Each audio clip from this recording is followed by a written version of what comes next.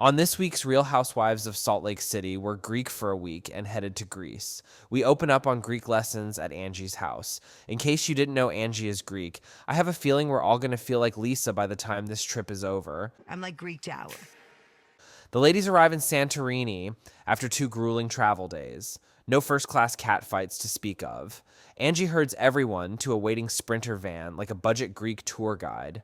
Heather's already scripting their itinerary. A cig, a tattoo, and a phone full of Mediterranean trade. Her thirst is biblical.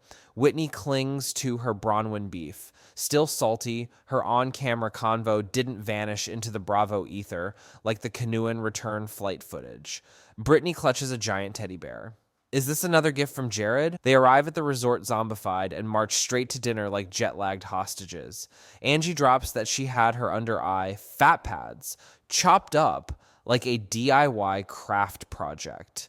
We rewind to layover chaos, where Heather and Whitney sport duty-free Cartier watches like a status symbol. Mary clocks them. That's a grandma watch.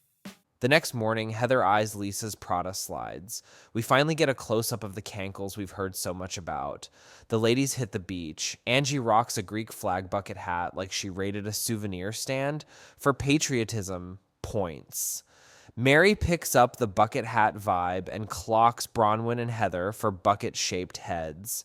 She softens her read, dubbing them brainiacs.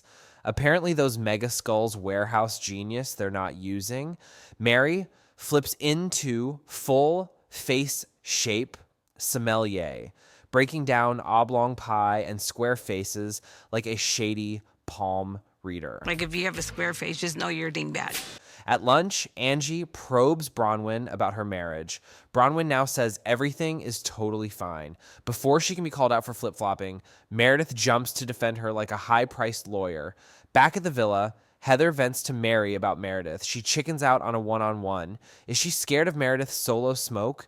They ditch Lisa mid-glam and hit steep streets. Whitney wipes out hard, but Santorini Sunset hits harder. Meredith, Bronwyn, and Mary shop. After chatting with Mary, Meredith snags a necklace as a loaded piece grenade. Dinner arrives. Meredith drops the necklace in front of Heather like the pin is half pulled. Mary probes if Heather and Meredith are mended or smiling through gritted teeth. Meredith admits she sensed Heather's frost. She gave it as an olive branch. But Heather wants to unpack it further. Meredith snaps into attorney mode. It's not something I can address as a group. Her delivery is deader than Jen Shaw's chances of returning. Heather calls out Meredith's selective outrage. Meredith stays calm as a courtroom closer. Lisa piles on Heather. Tears flow like cheap Santorini wine. She somehow pulls an apology from her.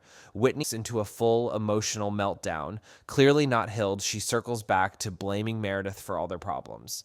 Meredith ghosts the table gracefully. Heather ends worse off than before, face more cracked than the tan lines on Lisa's cankles. Who is your Greek goddess this week?